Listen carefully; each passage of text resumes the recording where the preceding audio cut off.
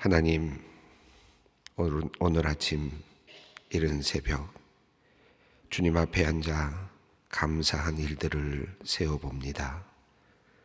이 아침에도 나의 생명이 살아있게 하시고 생명의 기운으로 가득하게 하시니 감사합니다. 예수님을 알게 하시고 성경을 믿게 하시고 구원받게 하심도 감사합니다. 나 같은 사람을 자녀로 불러주시고 사랑해 주심도 감사합니다. 주님께서 나를 사랑하심을 알게 하시고 때마다 주님의 사랑을 들려주시니 또한 감사합니다. 내 뜻대로 안 되어도 좋으신 하나님께서 인도하심을 믿으니 감사합니다. 주님의 뜻이 선하고 완전하다는 것을 깨닫게 하시니 감사합니다. 고난 속에서도 감사합니다. 고난을 통해 나를 연단시키시고 주님의 뜻을 드러내기 위해 나를 사용하고 계심을 알게 하셔서 감사합니다. 나에게 허락하신 모든 것이 감사하고 지금 내가 여기 이 자리에 생명으로 살아있는 것이 그저 감사합니다. 오늘 하루도 이 감사함으로 가득 채우기를 원하오니 주님께서 우리를 선한 길로 인도해 주시옵소서. 주님, 내일은 자녀들이 부모님의 은혜를 생각하고 감사하는 어버이날이면서 우리에게 어버이를 주신 하나님께 감사하며 예배하는 거룩한 주일입니다. 하나님, 무엇보다 우리에게 부모님을 허락하여 주심에 감사드립니다. 또한 아름답고 건강한 가정을 선물로 허락하여 주심도 감사합니다. 가정이 깨지고 가정폭력이 만연한 이 위기의 시대에 우리 믿음의 가정이 이 세상을 밝히는 가정으로 만들어가게 하여 주시고 이 세상의 아픔과 슬픔을 치유하는 복된 가정을 이루어가게 하여 주시옵소서. 하나님, 내일 어버이 주일은 가족이 함께 예배하고 함께 소중한 시간을 추억하며 감사하는 시간이 되기를 원합니다. 우리 가족에게 베풀어 주신 하나님의 은혜를 헤아리며 감사하는 날 되게 하시고 자녀 손들에게까지 이 소중한 은혜와 감사가 전달되는 날 되게 하여 주시옵소서. 부모님을 향한 감사와 사랑이 표현되어지게 하시고 교회의 자녀 세대들이 부모 세대들을 향해 고마움을 느끼고 전하는 시간이 되게 하여 주시옵소서. 따뜻한 사랑의 언어로 굳은 마음들이 부드러워지고 상처난 마음들이 사랑과 용서와 화해를 통하여 치유되고 회복되는 은혜를 내려 주시옵소서. 아버지 하나님, 우리의 연로하신 부모님들 중에는 질병으로 고생하시는 분들이 많이 있습니다. 인생의 황혼이 다가올수록 마음은 더 쓸쓸해지고 몸은 아파오며 거동이 불편해 울적한 기분이 듭니다. 주님, 육신이 약해지는 것은 막을 수 없겠지만 그 노화의 속도를 주님 늦추어 주셔서 우리 부모님들이 주님께서 부르시는 그날까지 온전히 걷고 말하고 행동하는데 불편 없이 생활할 수 있게 하여 주시기를 기도드립니다. 특별히 부모님들의 모든 기억이 생생하게 살아있게 하시고 언어가 명료히 표현되게 하시며 입맛이 떨어지지 않아 주님이 허락하신 맛있고 귀한 음식을 즐겁게 맛볼 수 있도록 도와주시옵소서. 그리하여 주님께서 허락하신 인생의 모든 날을 마지막까지 복되고 아름답게 채워낼 수 있도록 은혜를 베풀어 주시옵소서. 약한 자에게 자비를 베푸시는 하나님, 우리 주변에는 소외된 가정들도 많이 있습니다. 그 모든 부족하고 결여된 부분을 하나님의 사랑으로 채워주시며 성도 간의 교제를 통해 온기가 전해질 수 있도록 주님 도와주시옵소서. 아버지가 없는 자녀들에게는 주님이 친히 아버지가 되어주시고 어머니 없이 세상에 홀로 내던져진 마음으로 살아가는 자녀들에게는 주님께서 친히 어머니의 사랑으로 채워주시기를 간구합니다. 사랑하는 자녀를 먼저 잃어 가슴에 묻은 부모님도 있습니다. 아픔의 무게를 누가 상상할 수 있습니까? 주님 이 시간 그들의 마음에 친히 찾아주셔서 먼저 떠나보낸 자식에 대한 그리움을 위로하여 주시고 하늘의 평강으로 채워 주시옵소서. 이 시간에는 소망교회 성도들을 위해 기도합니다. 우리 성도들 중에는 믿지 않는 가정의 시집가 홀로 외롭게 신앙생활하며 남편과 자녀들의 구원을 위해 기도하는 분들이 있습니다. 주님, 오랜 세월 간절히 기도해온 아내들의 간구에 응답하여 주시옵소서. 남편들의 마음에 믿음이 생기고 부부가 함께 예배드리며 아름답게 신앙생활을 하는 날이 속히 올 수 있도록 주님 역사하여 주시옵소서. 가정의 자녀들도 어머니의 간절한 눈물의 기도로 주님께로 돌아오는 역사가 있게 하여 주시옵소서. 하나님, 소망의 가정을 축복하며 기도합니다. 믿음의 대를 이어가며 믿음의 가정과 믿음의 가문을 만들어가는 거룩한 백성들이 있습니다. 할아버지, 할머니의 믿음을 아버지, 어머니가 본받고 손자와 손녀가 이어갑니다. 하나님, 좀 더 편하게, 좀 더 쉽게 살아가는 이 시대의 문화 속에서 좁은 길, 어려운 길, 바른 길, 부끄럽지 않은 길을 걸어가기 위해 하나님의 뜻을 구하며 살아가는 주님의 가정들을 축복하여 주시옵소서. 사랑의 믿음을 더하시고 화목을 더하여 주시옵소서. 기쁨과 감사가 넘치는 가정들이 되게 하여 주시옵소서. 어제 저녁부터 매주 금요일 12주간 진행되는 소망선교 훈련 학교를 위해 기도합니다. 참석하는 36명의 소망의 지체들에게 은혜를 내려주셔서 함께하는 시간이 복되게 하시고 개인에게는 예배와 경건의 회복이, 교회 공동체에게는 든든한 선교적 삶을 살아가는 일꾼들이 세워지는 귀한 시간들 되게 하여 주시옵소서. 이제 말씀 앞으로 나아갑니다. 오늘도 우리에게 예비된 말씀을 주실 때에 하나님의 마음을 온전히 느끼게 하여 주시옵소서. 우리의 눈과 귀가 열려 말씀을 깨달아 심령에 새길 수 있도록 도와주시옵소서.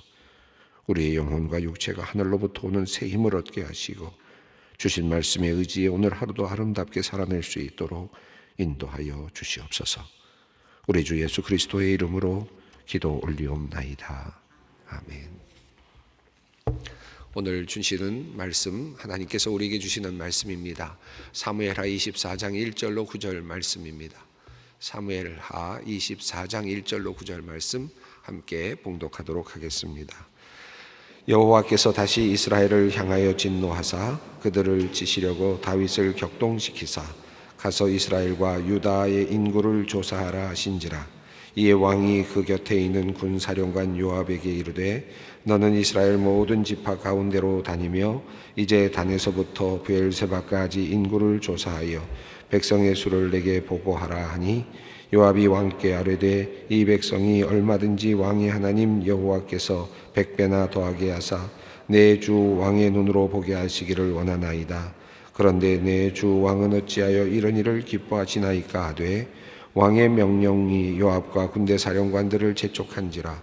요압과 사령관들이 이스라엘 인구를 조사하려고 왕 앞에서 물러나 요단을 건너 갓 골짜기 가운데 성읍 아로엘 오른쪽 곧 야셀 맞은 쪽에 이르러 장막을 치고 길르앗에 이르고 닷딤 호시 땅에 이르고 또 다냐안에 이르러서는 시돈으로 돌아 두로 견고한 성에 이르고 히위 사람과 가나안 사람의 모든 성읍에 이르고 유다 남쪽으로 나와 브엘세바에 이르니라. 그들 무리가 국내를 두루 돌아 9달 20날 만에 예루살렘에 이르러 요압이 백성의 수를 왕께 보고하니 곧 이스라엘에서 칼을 빼는 담대한 자가 80만 명이요 유다 사람이 50만 명이었더라. 아멘. 이제 사무엘서의 마지막 장에 들어섰습니다. 긴 사무엘의 이야기, 사무엘서의 이야기가 상과 하로 나누어져 있고 그리고 이제 마지막 사무엘하 24장에 도착을 했습니다. 마무리되는 내용으로서는 조금 어색한 듯 보이는 내용이 마지막에 놓여 있습니다.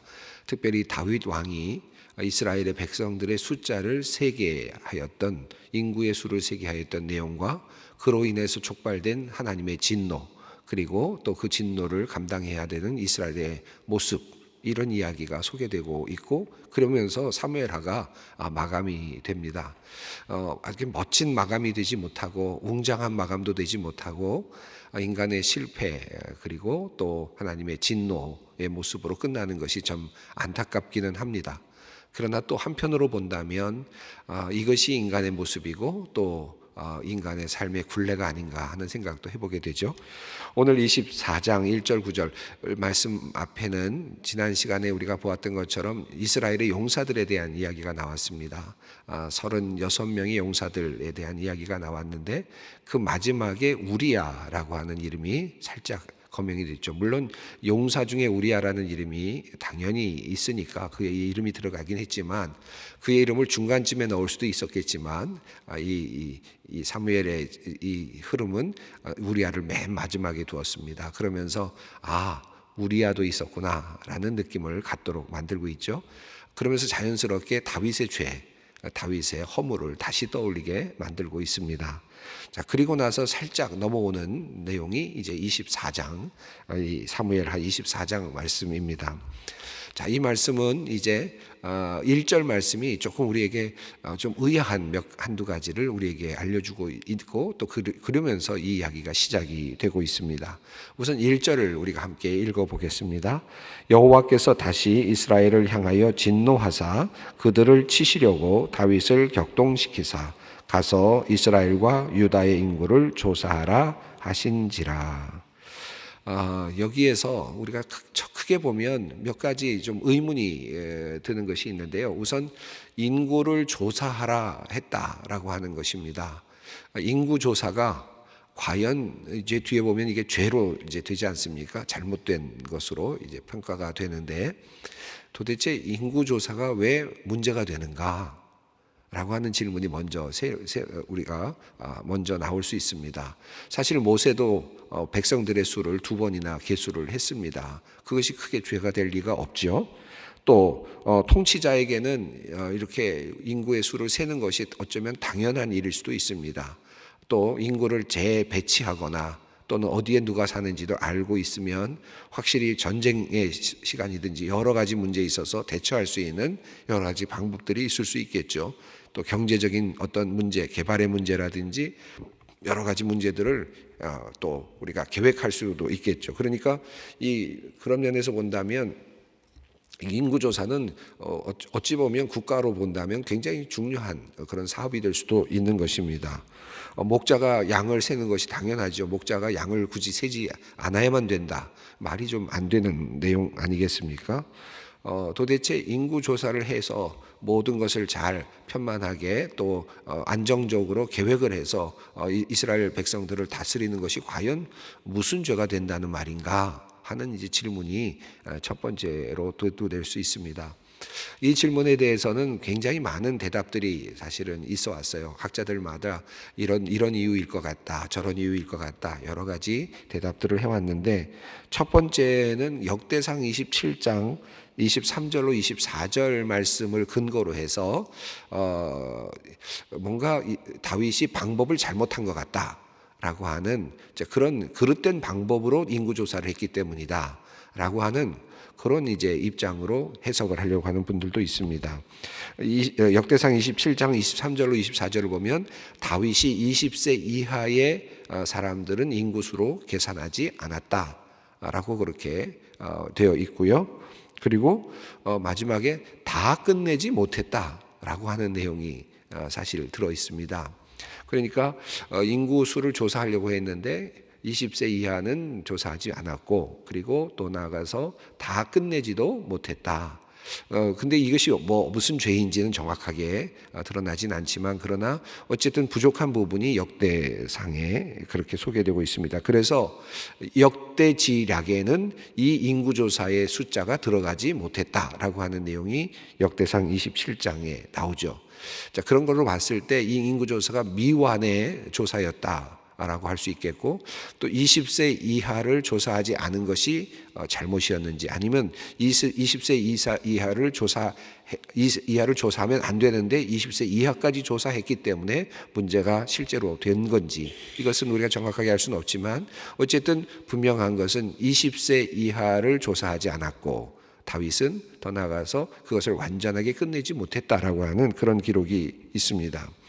또 어떤 분들은 인구조사를 할 때에는 반세계를 사람당 속죄전으로 생명에 대한 속죄전으로 성전세로 받아야 되는데 세금을 받지 않은 채로 인구조사를 했다라고 하는 이유로 이것이 하나님 앞에서 진노를 받을 만한 일이었다라고 해석하는 분들도 있습니다. 이것도 또 다른 나름대로의 하나의 이유가 될 수도 있겠죠. 또 이 인구조사가 세금을 부과할 목적으로 그렇게 인구조사를 했기 때문이다라고 그렇게 또 그 죄를 그렇게 이해하는 분들도 있습니다. 또 어떤 분들은 그 아브라함 족속 아브라함에게 주신 하나님의 약속을 인구조사를 함으로써 하나님의 약속을 모독하는 것이었다라고 하는 그런 관점에서 이해하려고 하는 분들도 있습니다.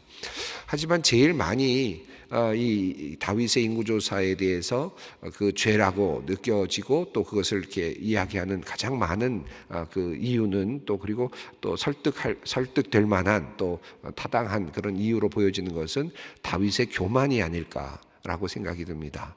다윗이 왕이 되어서 이제 어느 정도 통치를 해나가고 평화로운 시기를 거쳐가고 있었을 때에 오늘 이게 전체적인 맥락을 보면 왜 인구조사를 해야 됩니까? 라고 요압이 반문하는 장면이 나오거든요.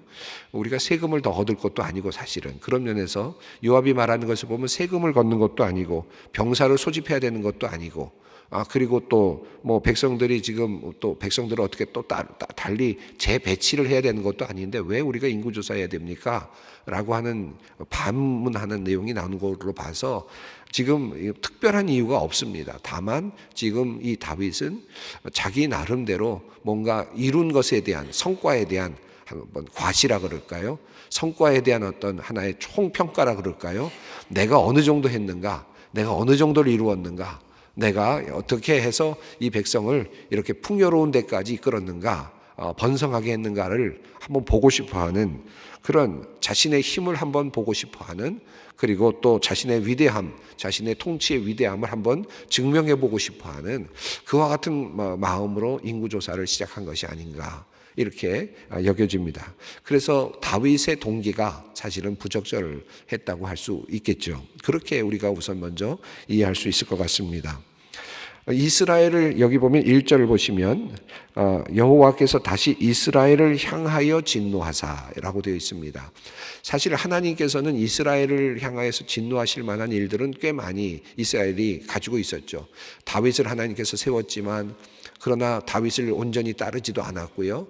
물론 다윗도 잘못했지만 또 다윗을 따르는 이스라엘 백성들도 압살롬을 따르기도 하고 세바를 세워서 또 반역을 하기도 하고 하나님께서 기름 부어 세우신 왕을 바르게 인정하지 않는 또 그런 이스라엘 백성들이기도 했습니다.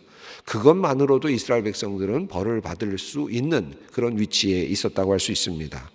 여호와께서 다시 이스라엘을 향하여 진노하사 이스라엘에게 이제 벌을 내려주시려고 하는 것인데 목적은 거기에 있는 것으로 보여집니다. 그런데 그들을 치시려고 다윗을 격동시키사 가서 이스라엘과 유다 인구 조사를 하라 하신지라. 1절을 보면 하나님께서 하신 것으로 되어 있어요. 그렇죠? 하나님께서 다윗을 격동시키셔서 다윗의 마음을 부추기셔서 다윗을 교만하게 만들어서 그렇게 해서 인구 조사를 하도록 만들었다. 그렇게 되면 우리가 어떻게 생각합니까? 이거 하나님이 하신 거 아니냐? 그럼 하나님께서 하시고 하나님께서 벌 주시고 이건 너무 이상하다. 이 1절 말씀 우리가 이해하기가 생각보다 쉽지는 않습니다. 그렇다면 하나님께서는 다윗을 죄로 이끄시는 분인가? 격동하시는 분인가? 유혹자인가? 자신의 힘을 과시하도록 그렇게 유혹하는 존재인가? 하나님은 그런 이제 질문이 들지요. 이 사무엘하 24장 그래서 이 한 본문만 가지고 이야기는 어렵습니다. 이 문제를 이 본문 1절만 가지고 풀려고 하면 굉장히 난관에 부딪힐 수 있습니다. 근데 흥미롭게도 하나님께서는 이 문제를 해결하기 위해서 또 다른 한 문장을 우리에게 주셨는데 역대상 21장 1절 말씀입니다. 역대상 21장 1절 말씀인데요. 제가 한번 읽어드리겠습니다. 같은 내용을 이야기하고 있는데 이렇게 설명이 되어 있습니다. 사탄이 일어나 이스라엘을 대적하고 다윗을 충동하여 이스라엘을 계수하게 하니라. 사탄이 일어나 이스라엘을 대적하고 다윗을 충동하여 이스라엘을 계수하게 하니라. 여기에서는 사탄이라고 되어 있습니다.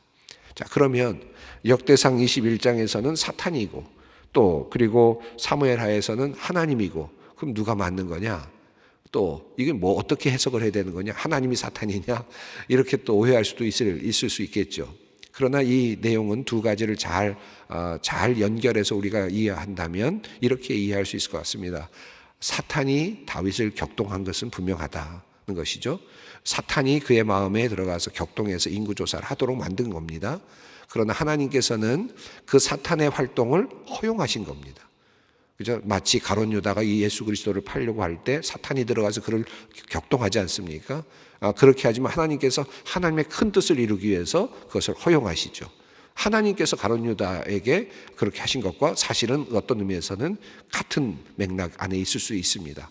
자, 그러니까 여기서도 하나님께서 격동하게 하셨다라고 표현되어 있지만 엄밀하게 이야기의 흐름을 따라 본다면 사탄이 그에게 들어와서 지금 다윗을 격동하게 했고 그의 마음에 교만함이 일어나게 했고, 그런데 하나님께서는 이스라엘 백성들을 치시기 위해서 또 다윗을 격동시키셨다. 그것을 허용하셨다라고 이렇게 이해할 수 있겠습니다. 우리가 이걸 우리가 다 설명할 수 없는 신비스러운 하나님의 역사들이 있는데 오늘 이 이야기는 하나님 그리고 다윗 그리고 사탄 이런 여러 이런 주체들에 대한 것들이 지금 상호적으로 작용하고 있고 하나님은 더 큰 관점에서 하나님께서 일하고 계신다는 사실을 우리에게 보여주고 있습니다. 어쨌든 지금 역대상 21장에 따르면 사탄이 그를 지금 격동한 것이고 하나님은 지금 그것을 지금 허용하고 계십니다. 다윗을 이제 격동된 다윗은 인구조사를 하도록 그렇게 명령을 하죠. 자, 2절 말씀을 읽습니다. 이에 왕이 그 곁에 있는 군사령관 요압에게 이르되 너는 이스라엘 모든 지파 가운데로 다니며 이제 단에서부터 브엘세바까지 인구를 조사하여 백성의 수를 내게 보고하라 하니. 자, 이 다윗 왕은 이제 내가 뭔가를 해냈다라는 마음을 갖고 있습니다. 사탄이 충동질을 한 거죠. 내가 이만큼 했다. 내가 이 정도 했지. 내가 어느 정도 했는가. 나의 위대함이 어디에 있는가. 내가 한번 확인해 봐야 되겠다라고 하는 그런 마음으로 인구조사를 하도록 합니다. 요압이 이제 거기에 대해서 도리어 이제 문제를 제기합니다. 3절 말씀입니다. 요압이 왕께 아뢰되 이 백성이 얼마든지 왕의 하나님 여호와께서 100배나 더하게 하사 내 주 왕의 눈으로 보게 하시기를 원하나이다. 그런데 내 주 왕은 어찌하여 이런 일을 기뻐하시나이까 하되. 요압은 말합니다. 왕께서 눈에 보기에 100배나 더 많이 이스라엘 백성들이 늘어나게 되기를 원합니다 라고 그렇게 축복을 하면서도 그러나 요압은 이해할 수가 없습니다. 도대체 왜 이걸 해야 됩니까? 병력을 지금 전쟁을 일으킬 것도 아니고 세금을 더 받을 것도 아니고 특별하게 어떤 인구를 재배치할 것도 아니고 어떤 것도 아닌데 왜 지금 굳이 이걸 해야 됩니까? 단순하게 지금 이 다윗의 마음에는 내가 어느 정도 했는가, 내가 얼마나 갖고 있는가 라고 하는 것을 지금 알고 싶어 하는 그런 모습이죠. 4절 말씀을 읽습니다. 왕의 명령이 요압과 군대 사령관들을 재촉한지라 요압과 사령관들이 이스라엘 인구를 조사하려고 왕 앞에서 물러나. 왕이 계속해서 재촉하니까 어쩔 수 없이 그 일을 할 수밖에 없습니다. 5절부터 7절까지는 이제 그 동쪽에서 그다음 북쪽으로 올라가서 그리고 북쪽에서부터 다시 내려와서 또 밑에까지 브엘세바까지 이르는 여정, 인구조사의 여정을 설명하고 있습니다. 우선 동쪽으로 가고 있는 모습이 5절에 나오는데요. 한번 읽어보겠습니다. 요단을 건너 갓골짜기 가운데 성읍 야로엘 오른쪽 곧 야셀 마른 쪽에 이르러 장막을 치고 요단강 동쪽으로 지금 넘어갔습니다. 그리고는 이제 북쪽으로 올라갑니다. 6절입니다. 길라앗에 이르고 닷딤 호시 땅에 이르고 또 다냐한 땅에 이르러서는 시돈으로 돌아. 자, 북쪽으로 올라가서 이제 또 동쪽으로 내려옵니다. 그리고 남쪽으로 향해서 돌아서 내려오게 되는데요. 7절 말씀 읽습니다. 두로 견고한 성에 이르고 히비 사람과 가나안 사람의 모든 성읍에 이르고 유다 남쪽으로 나와 브엘세바에 이르니라. 보통 이스라엘은 단에서부터 브엘세바까지라고 이렇게 이야기하죠. 단은 북쪽의 끝이고 브엘세바는 남쪽의 끝입니다. 그렇게 이해할 수 있겠습니다. 단에서 부에세바까지 전체적으로 인구조사를 했습니다. 자, 8절을 읽습니다. 그들 무리가 국내를 두루 돌아 9달 20날 만에 예루살렘에 이르러. 이제 돌아왔는데 9달이 걸렸습니다. 9절 말씀을 읽습니다. 요압이 백성의 수를 왕께 보고하니 곧 이스라엘에서 칼을 빼는 담대한 자가 80만 명이요 유다 사람이 50만 명이었더라. 여기서 우리가 다윗이 알고 싶어 했던 그 숫자를 우리가 알게 되죠. 다윗은 싸움을 할 수 있는 사람이 몇 명이나 되느냐, 군사력이 어느 정도 되느냐, 이것을 지금 알고 싶어 했던 것 같습니다. 알아보니까 80만 명 이스라엘에서, 그리고 유다에서 50만 명이 집계가 되었습니다. 여러분, 이 숫자가 많은 숫자일까요? 다윗은 이 숫자를 보면서 어떤 생각을 했을까요? 여러분, 이스라엘 백성들이 출애굽에서 나올 때 이스라엘 백성의 숫자가 몇 명이었습니까? 성인들만 60만 명이었다고 그렇게 전하고 있죠. 그러니까 아이들 빼고 그리고 여자들 빼고 남성들만 60만 명이었다. 그런데 지금 여기도 같은 방식으로 지금 계산을 했는데 수백 년이 지났습니다. 그런데 몇 명입니까? 130만 명 정도입니다. 2배 늘었다. 야, 정말 많이 늘었다고 할 수 있겠지만, 그러나 어찌 보면 초라한 성적 표일 수도 있을 것 같습니다. 아마도 다윗이 생각했던 것보다는 훨씬 적은 숫자가 아니었을까 하는 생각도 해보게 됩니다. 어쨌든 다윗은 이제 사탄에게 격동되면서 자기 자신의 그 교만함을 때문에 결국은 인구조사를 하게 되고, 결국 그 성적표는 130만 명이라고 하는 숫자를 들게 되지만 이것이 미완이었다. 역대상은 그렇게 말할 정도로 숫자의 그 내용이 만족스럽지도 않았습니다. 자, 여기까지 오늘 다윗의 인구조사의 이야기가 이어지고 있습니다.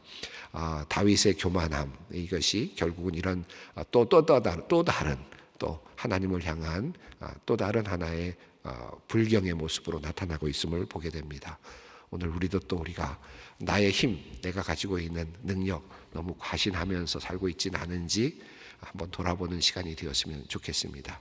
기도의 자리로 나아가겠습니다. 하늘에 계신 우리 아버지, 아버지의 이름을 거룩하게 하시며 아버지의 나라가 오게 하시며 아버지의 뜻이 하늘에서와 같이 땅에서도 이루어지게 하소서.